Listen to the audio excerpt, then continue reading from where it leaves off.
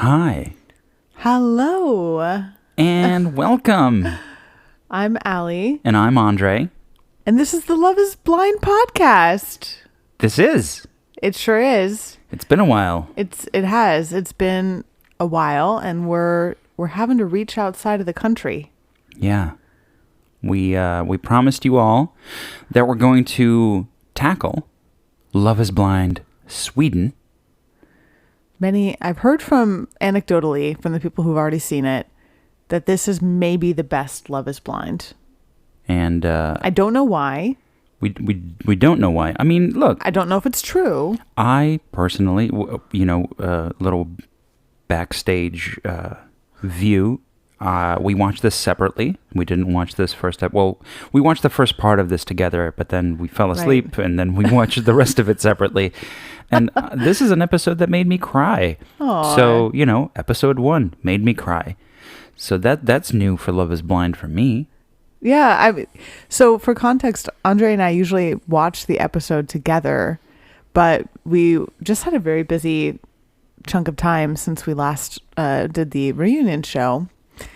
And so this is our first time understanding what each other thinks about it too. Yeah. And I have to confess, it's been a little bit since I actually saw the episode. So Same. we're going to be lifting each other up. Right. I mean, let's be honest again here, which is we said we're going to release this episode in April, and we're almost done with April. We're doing it though. We are doing it. We are doing it. And it has been a busy time. Hopefully this breaks the seal and gets the momentum going. Yes. So that opens up the floodgates. I already feel charged. By the way, I would have loved to watch episode 2, but I didn't because it spoils our takes on episode 1. But baby, I'm dying to. Right. I mean, I don't remember how episode 1 ends, but I'm sure I was really excited. Yeah. To see episode 2. Oh, yeah, there was. You will remember. Okay. Yes. Yeah. I will remember.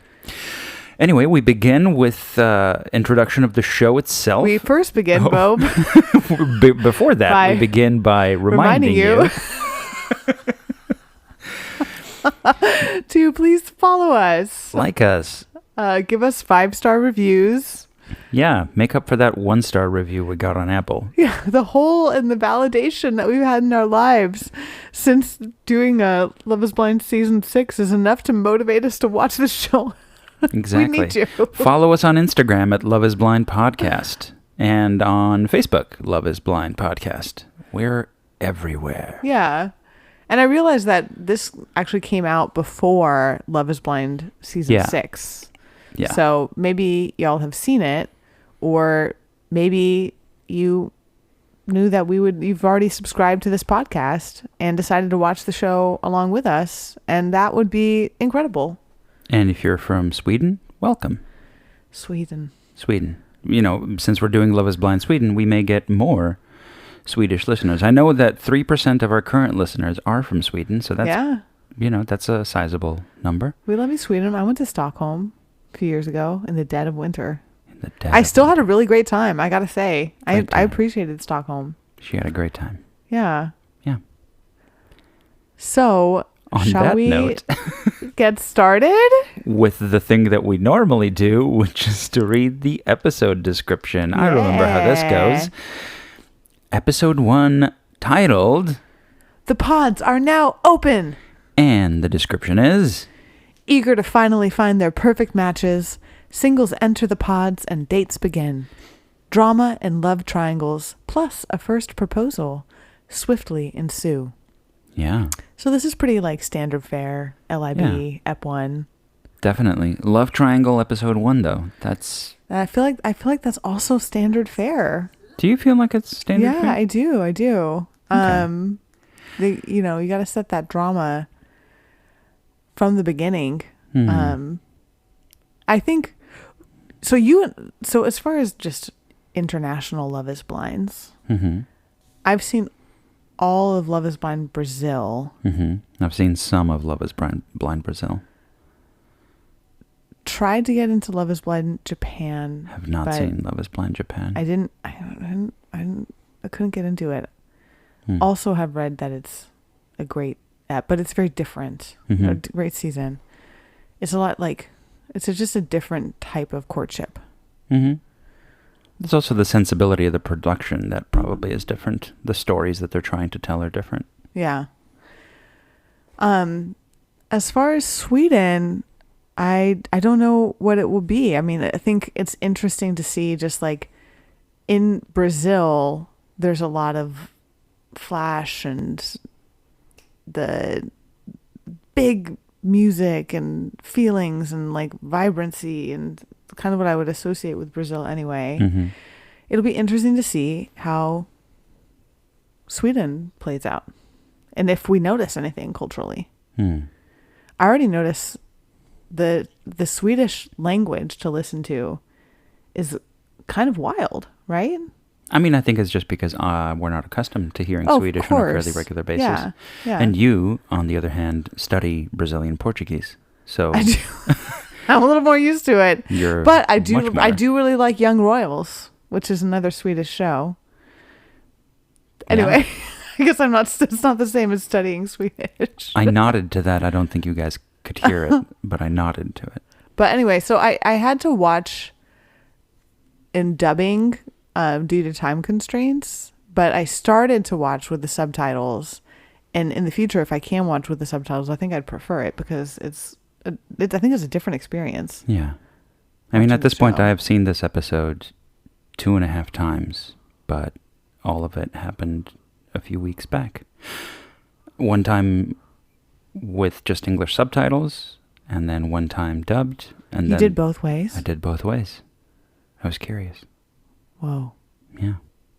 This is the kind of in-depth research I do. Is it? That was not meant as a dig in any way. Well, I watched it once in dubbing. Do you still love me? Of course I love you. Okay, and we good. initially did watch it in Swedish until we fell asleep. It's true. Yeah. It's true. I'm sure this is very fascinating to everyone listening. Well, I am curious for those of you who are listening, if you message us which you watch in, the dubbing or the subtitles, and why, if there is a why. Yeah. I would lean heavily towards the not dubbed. Just the subtitle, I think, is superior, far superior. Yeah. But I like to move around. You like to move around. So I need to hear. Mm-hmm. Yeah. So that's out of the way. It starts with the typical men's quarters, women's quarters. Right. People coming and explaining that they want to find love and have had trouble finding love. Right. I will say when the title Love is Blind Sweden comes up, the sound that they play is the most ominous sounding, like a horror movie sound. It's like, dun. I don't know if that's necessarily what I remember from other series, but yeah, they're leading with drama. Mm-hmm. And we are introduced to the host here, Jessica Almenas. Mm-hmm. Who maybe that's how you say it. I don't know. Maybe. Look, if there's one thing we're going to get wrong, it's how to pronounce these names. Yeah. Yeah. So to all of our Swedish fans, we're sorry. We're going to do our best. I think, honestly, after we get past the first episode and we hear names more often, we'll lock them in. Yeah. But initially, it's going to take some time. Yeah. But we go, through some very brief introductions of meetings. We see a few folks kind of getting together, and nothing really stands out other than Johan, who at one point says he would have a hard time living with a vegan girl, and that he loves eating ground meat because he has to know at least 2 animals died. Yeah. Which is a wild Well, statement. I think he's saying that because she's saying she's a vegetarian. Well, okay, so there's a date that happens, one of the pod dates with Chris Lee, who ends up being a big character in this first episode. And she's saying she's a vegetarian, and Johan says, there needs to be at least 2 animals that died, which, I don't know. It's definitely a jerk comment. It's probably also his 8th date of the day, but yeah, it's not gonna work with those 2. And we do that seems to be the first little montage that we truly get with one contestant is Chris Lee, and just kind of rejection after rejection, or not even, I wouldn't Yeah, necessarily call it rejection, not jiving. just not matching, but yeah, but in pretty major ways. yeah, in dramatic ways, whether it's children, whether it's she has a dog, this guy has 2 cats, or I want adventure, I want a family. And we hear kind of early stories about her wanting to break patterns in her family, which is, I think, a little bit of a preview about her kind of the emotional journey that she's going to reveal to us over time.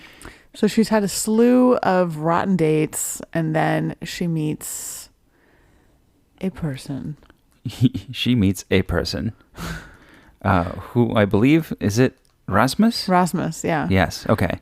We're both looking at each other like, you say the name first. You say it. And there's chemistry. There's chemistry. It's like a breath of fresh air for her. Yeah. And I have to admit, I think I very quickly judged Rasmus based on his looks, and I don't really even know what about his looks I judged, but I thought, oh, he's just like a player. He's just interested in looks, which I guess a little bit of a spoiler, we do kind of find out that he's interested in looks. Yeah. But he also seems to be, he has like a sensitive side to him, and seems to be very, desirous of somebody who is able to open up emotionally and kind of meet him halfway emotionally. You talk about interior design. They talk about tattoos and dogs, how they both have dogs and sleeves. So yeah, really nice connection there. I think there's like a motif, I guess I'd say, in Love is Blind couples of the bravado dude and the connection with the chick who really gets them to show their sensitive side. Like we had Clay and AD, and I would say Shake and Deep D too. And now it's the same thing where Rasmus is like, he's coming in with that swagger, but he opens up with her. But he opens up, he's the one who says, let's talk about feelings. That's interesting to talk about. He changes the subject and he wants to talk about feelings. So I think that's the thing that to me makes me more kind of like, oh, okay, that's interesting when it comes to Rasmus, which is that he talks about how he gets sad quickly, he falls in love quickly, and look, I know that life. I know the get sad quickly, fall in love quickly. But you're not also like walking around with bravado most of the time. No. Yeah. I guess that's true. Yes, that's very true. And what she takes out of it was that he's being humble, right? Because he kind of describes that he's good with his hands, but doesn't really show off about it. And she kind of walks away by saying, I think he's a humble person. Yeah. So yeah, I think there's an aspect of maybe just seeing him backstage that is maybe affecting how I feel about him, but I maybe think that he's a nice guy. Then again, the edit. We always know that it's the edit. We're trying to get a story told, and so far, the story that they're trying to tell about him is that he is a nice guy with feelings and making a really strong connection. She, Chrissy Lee, is kind of blown away by this particular date. She kind of comes out of it saying, okay, I think this is pretty fantastic for me. Yeah. There might be some luck here after all. Yeah. Yeah, we'll see. I mean, it's definitely an interesting pairing, the two of them. Right? Like, they seem like they would never have connected outside of the pods. And because I think a lot of that is superficial. Like, he does present like a, that guy. And I think she is pretty, you have to work to get her trust. And I think she would be put off by that. And he would have more of a front outside of the pods, I think. So it's interesting to see their connection in the pods and how it will be when they meet each other, and how it will transition out of the pods when maybe he goes back into more being that bravado dude. Yeah. And she might find that off-putting. Yeah. Yeah. Yeah, and I think without even meaning to, I've kind of lumped him in with the Valmir of Love is Blind Brazil and the Izzy of season 5 Love is Blind. At least in my mind, I don't know why, but Would you put those two together, Valmir and Izzy? I don't know why. Huh. Again, I don't know if I necessarily have great reasoning behind it. Okay. But just kind of, I think the bravado outside machismo aspect of it. You know? But Clay too, then, right? Yeah. Yeah. Yeah. 100%. Yeah. And, Rasmus, I think the other thing that gets me is that he's just honest and he's like, I'm very superficial. I want to, there's like this, I want to play hard to get. There has to be this game.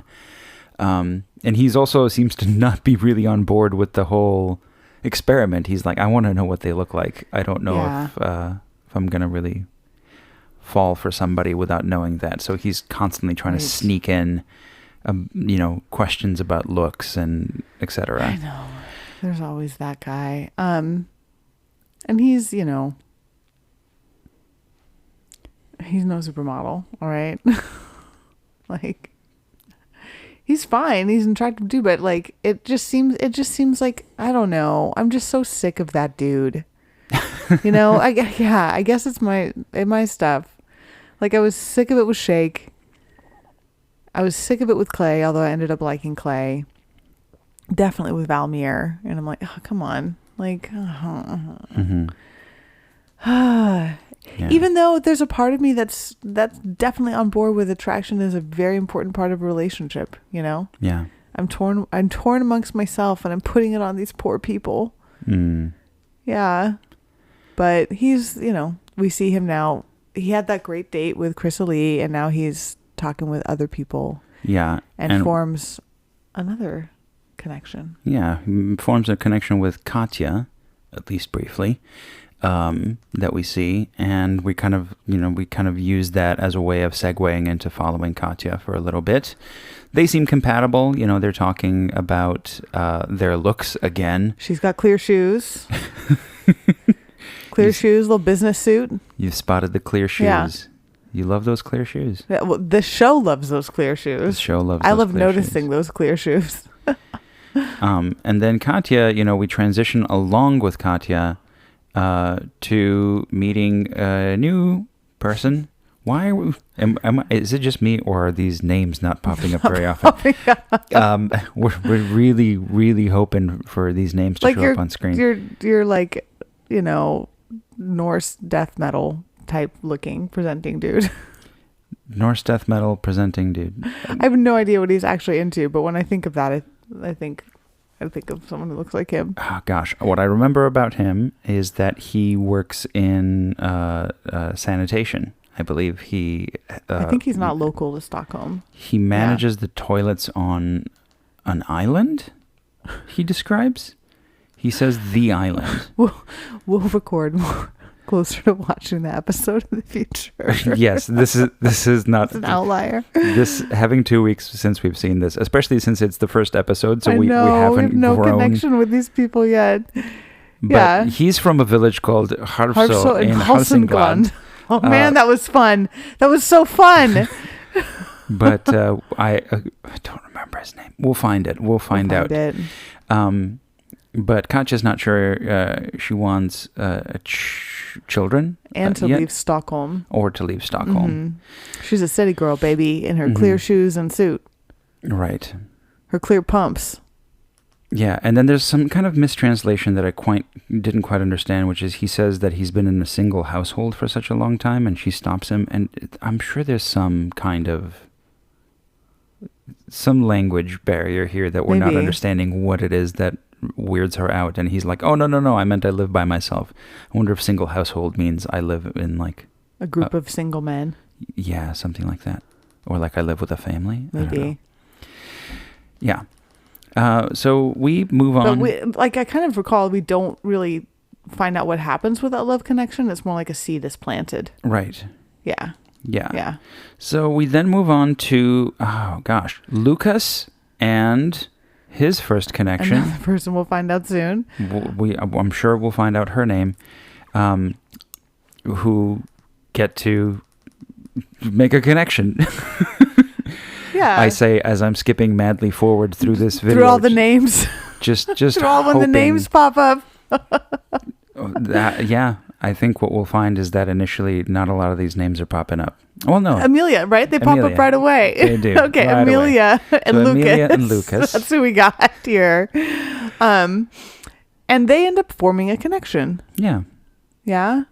Like, and she strikes me as like, I think she's a little bit older. Like, she's not old objectively, but she's old for the show. She's on the older range of, I think, the people who come on the show. Mm-hmm. And probably is like, her vibe just feels like she's particularly disillusioned with love, you know? And Yeah. so she, you know, it's an important thing to have a connection.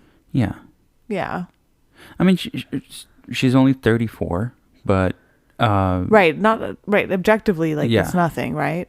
But I feel like everyone on the show it hovers between 25 and 30. Yeah, and I mean, the other thing is I'm fairly certain the other connection that Lucas makes is with someone who is younger. And one of the things that I found interesting is how quickly Amelia it feels just kind of threatened by that experience a little bit. Mm-hmm. She doesn't really know. I mean, look, all of these are complicated situations, so it's very difficult. I mean, they even say taking 2 years and compressing it into a few weeks. Mm-hmm.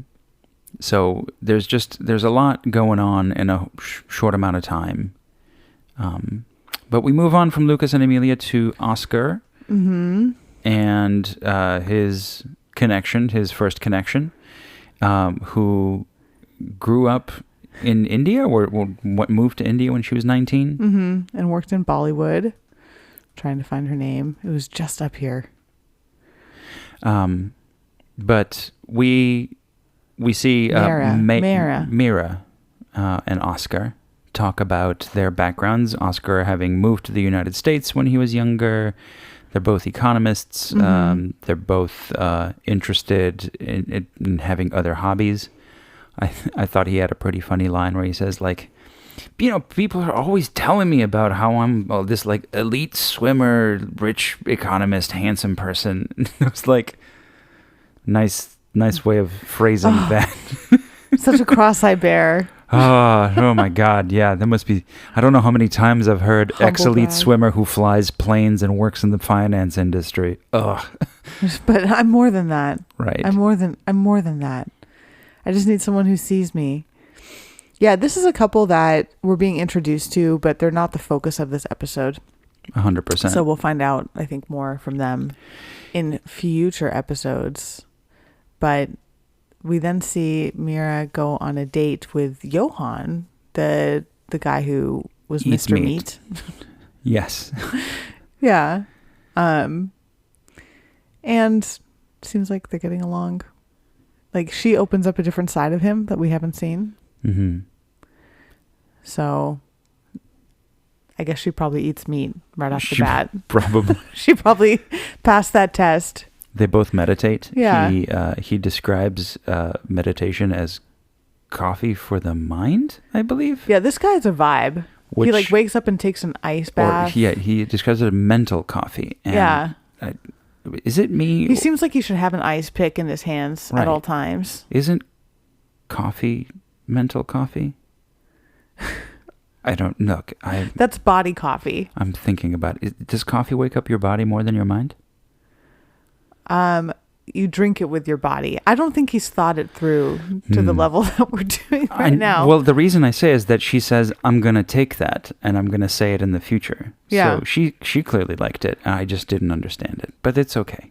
I don't have to understand everything. It wakes up your mind. Well, maybe if you had that mental coffee and an ice bath every morning, you would. Yeah, we'll see. I mean, he's painting a picture. He's like, he seems like a dude who's like hyper masculine. Right. Yeah. He then like he's even going to do meditation in a masculine way. He's going to like wake up and do an ice bath and then I'm going to meditate. So Johan meets with Kimia too, who loves that he's tall. And then we get introduced to the wild card, Sergio. Oh, is that his name? Well, we don't know. Exactly. He doesn't. I actually knew his name that time I was playing a game with Andre. I don't know if he knew it. Yes. I knew the cute wiggle in your eyes meant you were playing a game. I was being playful. But Sergio is a wild... Yeah. I mean, I can't call him anything but a character because he seems to be playing a character almost. Yeah, he seems like he's about 12 years old, right? Right. And he's doing push-ups. He's like a DJ doing push-ups, doesn't want to share his name. Like, if I were on a date, I'd be like, okay, what? I'm out. You're going to play hard to get about your name? And he says he's gotten that question too many times, like what his name is. A lot of the girls are like, what? Yeah. What are you talking about? And I mean, correctly so. Yeah. I'm happy they're getting the vibe through a wall because, we're getting the vibe just by getting to see him. Genuinely, we're watching this in the background right now. It's just no sound, Sergio, just a little montage of this 37-year-old man who's recently from Barcelona. And I am frustrated with him. Oh yeah, totally. So he's a DJ and football coach who forms an unlikely connection with Amanda. Very unlikely. And I wonder whether he is purposely trying to seek stability through making a connection with somebody who seems to be more conservative, or whether he's just genuinely religious and has somehow made a change in his life. I don't necessarily get the making a change in his life vibe, but yeah, what they're showing us doesn't seem to warrant a connection between the two. I think that's the thing that surprises me, is that he doesn't seem to be particularly charming in this meeting, and yet they form a connection. I can understand why he's attracted to her in this meeting. I don't understand the other way around, Right.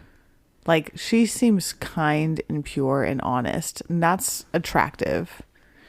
Yeah, and she seems also wary about kind of meeting up or getting together with somebody who has a lot of a dark past, Mm-hmm. who has had a lot of, I don't know, not a great past. And her dad is a pastor, and she wants to know that, this connection is going to be meaningful. Mm-hmm. So yeah, I didn't see this coming at all. It's unlikely. Yeah. It's an unlikely connection. I think she's probably happy that, what he's presenting to her is someone who is religion and family are important to him. And that's probably true. But there's also a lot more to the story with Sergio. And so she's seeing a side of him, and, we'll see if that takes... I think they will have a lot of trouble outside of the pods if they end up getting engaged. Yeah. I mean, man, that day ends with Sergio going, I'm going to go home and masturbate. Oh. What a kind of a gross thing to say about, you bad just behavior met in this other person. Countries. Yeah. That's, anyway, Yeah. messed up. Anyway. Then we get to the Carolina sequence. Carolina, who meets... Who's a loan specialist. Yes, and meets Lucas, and is kind of I think for Lucas, a kind of a fantasy of a more sexual, outgoing person. Mm-hmm. She seems to lean pretty hard into that, or their conversation at least seems to lean into that. Mm-hmm. She's putting sex first. Yeah. Yes, and also just kind of feisty, jealous vibes. I would punch anybody who got close to you, any woman that talked to you. Mm-hmm. I think sexy. Yeah. Yeah, she's trying to be possessive and sexual, and I think when she comes back and kind of makes this loud announcement that Lucas is the person, Emilia feels she kind of shuts down, mm-hmm. and is like, I think maybe we shouldn't be talking mm-hmm. about this kind of stuff because somebody's gonna get hurt. Mm-hmm. So it's, we do get to see the sort of like very drastic difference. I think Carolina is 30, was it? Yeah, there's something like that. Yeah. Or was it Lucas who was 30? I maybe missed that. But yeah, again, she's on the younger side, and Amelia, I think, is just more like less about the I'm gonna like brag about what's been happening, and just kind of saying like I'm gonna keep to myself and maybe not talk about this stuff out loud. Amelia's here for a husband. Carolina's here for I don't know what, but she doesn't. Carolina, I don't know. Yeah. She's definitely painting a picture of like a fantasy girl, right? Mm-hmm. Yeah, and I think that in some ways that's kind of how she continues to hook Yes, of hook course. Lucas throughout. Yeah. So she keeps coming back to that as being the thing that she is relying on to form a connection. Mm-hmm. Mm-hmm. Yeah. So we'll see more of that love triangle. Yeah. I think Carolina would be, of course she's a fan. Of course there's going to be something sexy about that. Mm-hmm. Is that who he's going to choose? I don't know. Yeah. Maybe. We then move on to Rasmus and Katya. Katya, yes. They talk about wine. Which we saw them earlier. This was the first love connection that the show was planting, and it's the one they really focus on for this episode. Well, it's her and then Chrysalie, right? Yeah. And Katya, I mean, he describes this like vacation to Italy, like this dream vacation along the coast, about finding out what they do with all the grapes. Mm-hmm. And Katya seems to be really moved by it. Mm-hmm. Like moved to tears by the prospect that they might get to do this together. So we're seeing this pretty strong connection forming, at least from her side, that she's really like leaning in the direction of Rasmus as one of her top choices. He also says, "Don't forget to miss me." Mm-hmm. And she says, "Do you say that to everyone?" And he says, "No, just you, Katya." And I'm fairly certain he says it again to other people. He might. But he might. Look, that's a thing that happens on this show from time to time. People say the same thing. Yeah. And I'm sure that on a regular basis, it probably happens constantly. And the editors choose to show it to us sometimes. Yeah. So, what is the story they're trying to tell us? Yeah. But back in the women's quarters, Katya talks to Chrysalie. Yeah, or Katya is just speaking out loud to all the women, and Chrysalie is like, this kind of sounds like it could be Rasmus. Is this Rasmus? And yeah. Chrysalie is just destroyed by this news. Yeah. She really is made really, really sad. And this is, like, obviously we don't necessarily know, but this feels like maybe it's like day 2, possibly. Yeah.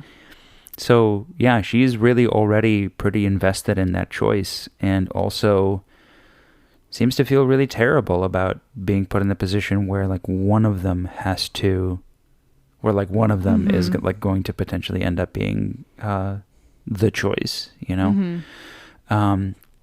Yeah, she seems really distraught by it, and I do wonder whether like, look, we get to learn more about Chrysalie and her background, but obviously some of that has had an impact on her emotionally, and just like, I feel like she had briefly invested in him and is now feeling this anxiety around losing him. Right. He's the one who's going to save me and make it all better.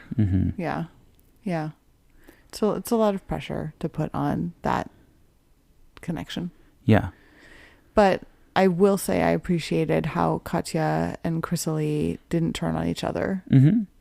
Totally. And they had a very, I thought, good talk about it. Yeah. Yeah, and I think part of it is just, I think maybe from Chrysalie's point of view, I think she's just genuinely kind of empathically absorbing the fact that it's either her who's going to get hurt or Katya's going to get hurt. So, which don't get me wrong, I would be feeling weird about that too. Yeah. Yeah. And she's sort of like, I don't want to be in this game. I can only tolerate doing this for so long. Yeah. Which I get it. And she, also to her credit, brings it up right away with Rasmus, so Mm-hmm. that, because it is something that's affecting her and she's having a hard time with. So Mm-hmm. especially given that he's been very specifically saying, I want to, I want to talk about feelings. It's nice that she does. Mm-hmm. Um, And she's not coming at him like, why are you saying these two things? She's just sort of like, this is the thing, and this is really hard for me, yeah. and it's making me feel really insecure. Yeah. Yeah, the thing that she says, I'm going to sit here with my heart as an offering and hope that I get it back. It's really scary. That's really, I mean, what a touching way of like saying that. Mm-hmm.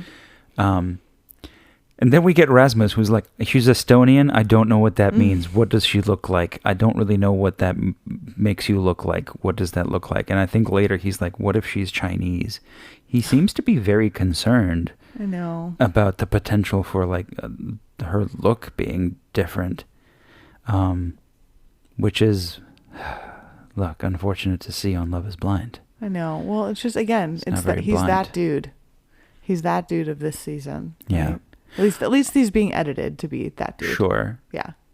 But I mean, like, if we're really talking about that dude, let's not forget about Sergio. Sergio's his own dude. Sergio is a very unique brand of dude. He seems more like Valmir to me. Yeah. Yes, sure. Yeah. I mean, especially because of the sort of connection of like everybody's gossiping about him, Mm-hmm. And Amanda's like, everybody has been gossiping about, like, just talking about like how kind of crappy you're acting. And he says it's childish behavior in response to childish behavior. And I was like, people asking you what your name is childish behavior? What are you on about? I know. Amanda says there's something about you that reminds me of some of the guys that I've dated. And yeah, there probably is, but maybe not in the greatest of ways. Yeah. They're intrigued by each other. Yeah. And what I can say about Sergio right away is I feel, and I'm happy to be wrong about this. I feel like he's kind of a manipulative person.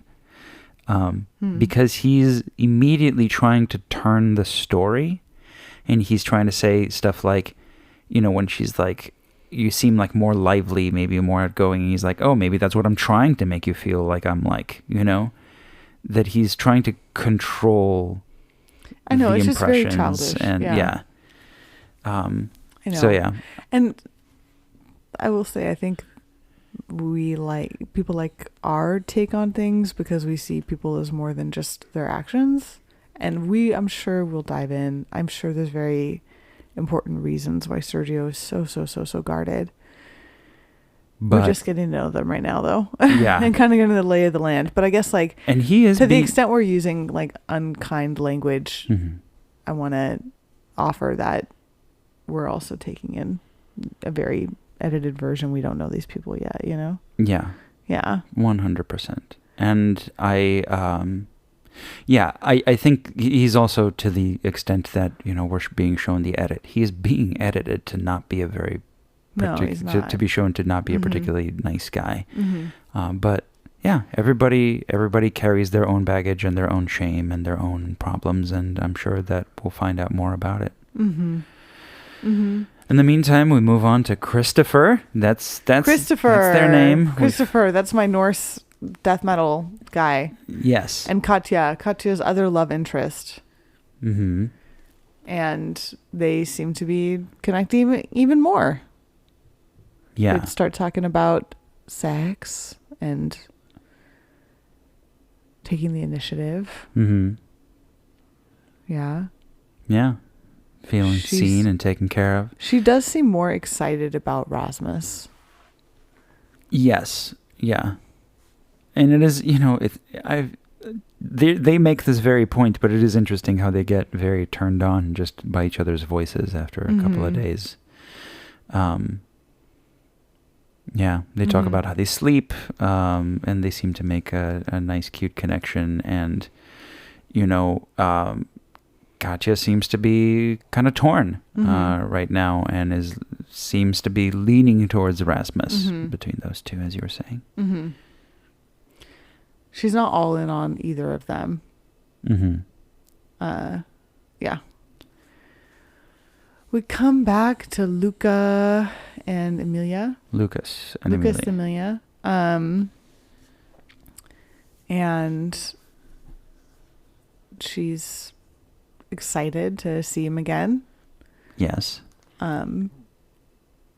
Yeah, and she tells him about how she manifested that she was going to meet somebody with the name Lucas. Yeah, which is wild. Yeah. And he's like, whoa, are you kidding? Not kidding. So she's putting it all out there for him. And he's sort of like, this is really cool, but also Carolina seems really wild to have sex with, and how I'm really interested in that too. Yeah. Yeah. And Amelia confronts Carolina about it. Yeah. To kind of say, hey, just FYI, because I think previously she didn't actually mention that. She just had Carolina just talking about him, and she was just kind of quiet about it. Amelia, you mean? Amelia didn't say anything, and this time she did. And Carolina's going in and trying to once again be talking about sex and intimacy, and kind of leaning into that to differentiate herself, maybe, or what she's reading to be a difference between her and Amelia. And Lucas seems to be into it. He's giddy. He's excited about the stuff that he's hearing. And Amelia is watching. Yeah. So, yeah. We'll see what happens there. But we come back to Rasmus and Chrysalie, and this is where Chrysalie really opens up to Rasmus about her background. Right.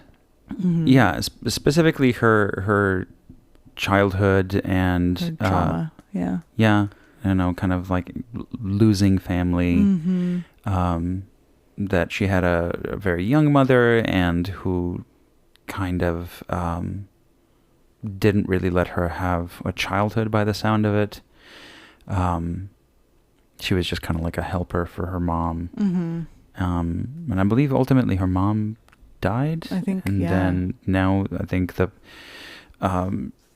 person that she calls dad is her mom's widowed husband. And I think she carries a lot of emotional sort of weight from the love that she had. There was physical punishment, she calls it. Yeah. But it sounds like more than that. Yeah. And it's nice to see Rasmus just listening and asking questions and being supportive. And when she expresses fear that he's going to run away, he says that I want to know more, and wants to hear more about her. And I think, it's really also sweet that he describes how he thinks that his family can be an extension to her, to become a family for her, which is really, really sweet when it comes to somebody who's just expressed to you that they felt that they haven't had a true family for a long time. This conversation really endears Chrysalie to him. Yeah. And as a result, we see the next scene between Rasmus and Katya, with Rasmus calling it off with Katya. Yeah. And this surprised me. Really? Okay. It did, because I've certainly we've seen, if we're talking about, for example, Valimir, right, who we kind of briefly compared him to. Valimir kind of also runs into the situation. I forget who he runs into it with, but a person who kind of describes kind of having had difficulty in her life, and he kind of freaks out. Yeah. Yeah. And we've seen this happen in many, many times, where men freak out when they hear about the difficult past of a woman that they're speaking to. So the fact that it either goes that way or it goes, we're closer now. Yeah. Yeah. But to have it go from that to him going, okay, and now I'm breaking this off with this other person, I was like, wow. Now, I also have to keep in mind, this could have been filmed out of order. He could have. It sure could have. Like yeah. the story that may be told is trying to endear us to Rasmus, where in fact he might have broken up with Katya and then seen Chrysalie and been like, okay, well, I've already made my choice. I'm gonna dig in. Mm-hmm. But the edit is at least being shown in a way that endears us to him. Mm-hmm. Mm-hmm. And Katya is kind of torn, not torn, like she's torn sad. apart. She sad. tells Chrysalie. Yeah. Then Rasmus tells Christopher, who's Katya's other love interest. And then it seems like Katya's like, all right, Christopher, it's on. Right. Yeah. All right, here we go. Yeah. So we see a date with her and Christopher. She's opening up to him a lot about her panic attacks. And Christopher is really supportive too, says that he wants to be, a safe space for her, somebody that she can kind of cling to and if she has panic attacks. So, yeah, he, look, some of these guys are acting real supportive, which is really, really nice. Yeah. And yeah, like I think he specifically kind of describes it as I want to be a safe place, and that's really sweet. Yeah.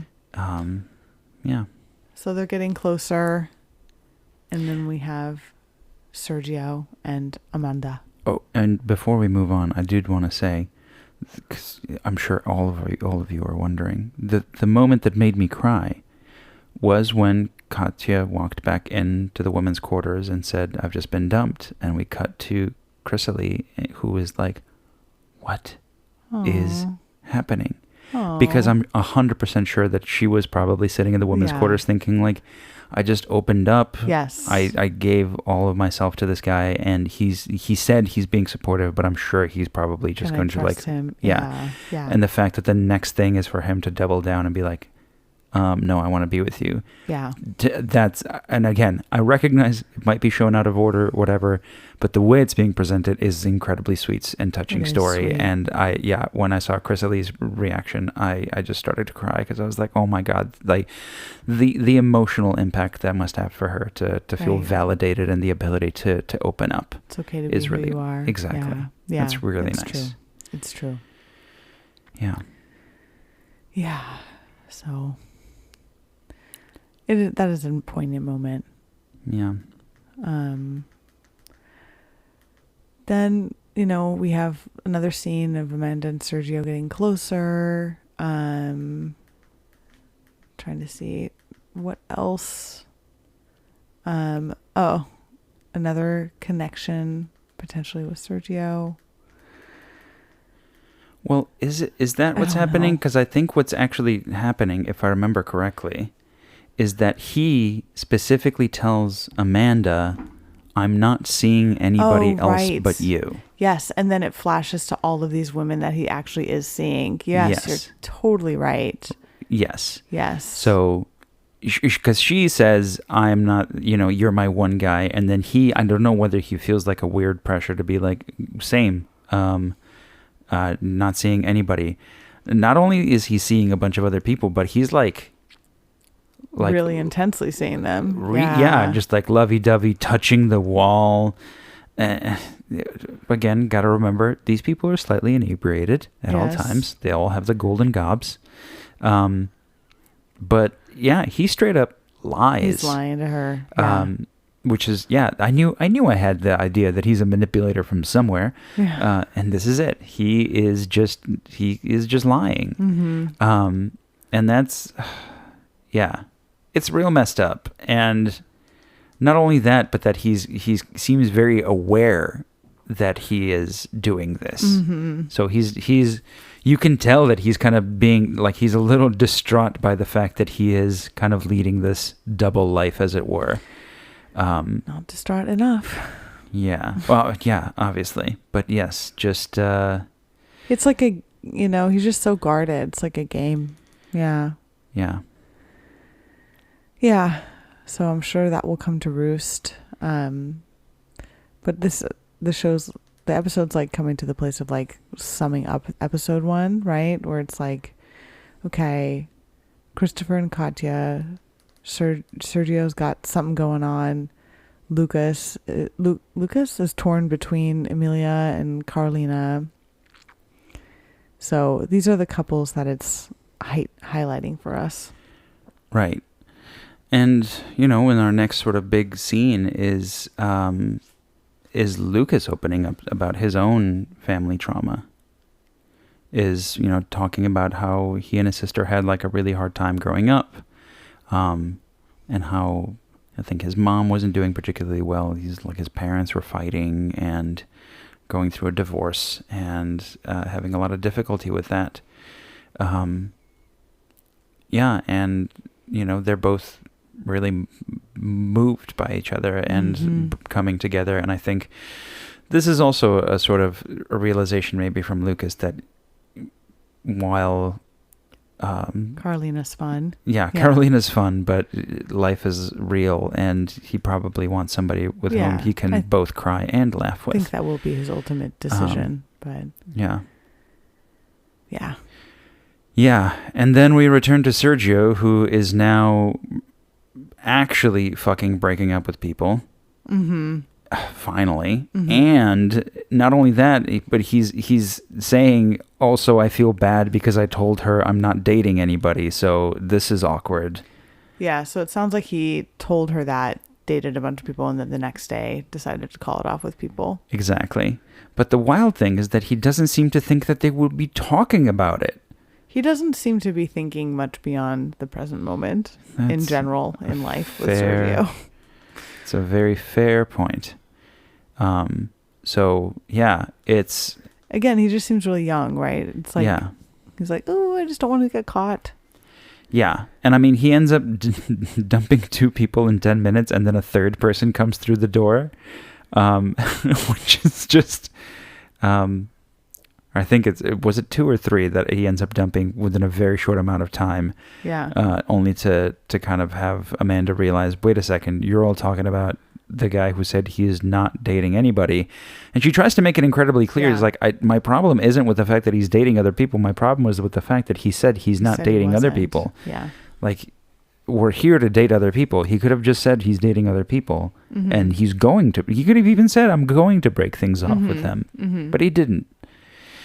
So, anyway. No, she's right to be seeing a red flag. Yeah. And so we come to the closer. The closer of our episode, which is Rasmus and Chrysalie. Rasmus and Chrysalie. And it is Rasmus's birthday, which is exciting. And we, at least for me, I haven't gotten to see this yet. We see a woman proposing to a man. Mm-hmm. She proposes to Rasmus. And I've seen it on the show. I don't remember who. Okay. I think this is really... I want to say, did Lydia even? Maybe. You might be right on that. Rasmus per Hendenstedt. Formerly Hellstrom. But yeah, it's adorable. He's cute. He's standing in front of the wall. They're crying. It's really adorable. And I'm genuinely really excited to see them unite. We'll see. Let's hope. I mean, I hope it goes well. I hope could see it going either way. I hope it goes well. Yeah. Yeah. And I have a fairly good feeling about this, minus the fact that it was in the same way that Clay and AD, we had Clay kind of being like, I care a lot about looks. Yeah. But then when they met, he was like, oh, okay, everything's fine. So then that kind of went out the window because it no longer mattered because he was attracted to her. Because, so I'm sure that this particular narrative might just go out the window the moment they see each other because he's going to be like, oh, okay, the fear that I had is just gone. Except I could see if Katya ends up with Christopher or someone and they all meet each other. I mean, Katya is like so beautiful that I could see it being an issue with Rasmus. Even though Chrysalie is also beautiful, right? Like, yeah, I could just see him that being a thing. Yeah. Yeah. And the doors open and we don't know what happened. And guys, I've been waiting a long time to find out what happens Yeah. for y'all. So we'll get to actually watch episode 2 and hopefully record it shortly after watching it, as opposed to Yes. several weeks after watching it. Thanks for bearing with us. Yeah. And thank you so much for joining us on this new journey. If you are not watching it, consider watching the show along with the podcast, because it's a cool one, at least thus far. And people say good things. Yeah. And don't forget to like us, follow us, Love is Blind Podcast. give us 5 stars on iTunes. Let's get more Apple 5 stars Podcast. on Apple Podcasts if we can. That would be great. Spotify Q&A. I don't know if that does anything, but A thumbs up on Spotify. Yeah. Follow us on YouTube Music now. Yes. Because Google Podcasts is no longer a thing, and on all your favorite podcasting platforms. I've tried to publish it on everything. And yeah, Love is and Blind. interact with us if you like. We do love that part of it. It actually, it's. I was sort of joking, but I really have missed the interaction since we stopped recording for season 6. So it's the one reward we get for making it's this the podcast. only thing we have. It's the only thing we except have. each other. Aww. We do have each The other. 2 things in my life: Andre and listener comments. All right, y'all. Thank you. Till Talk to you next time. soon.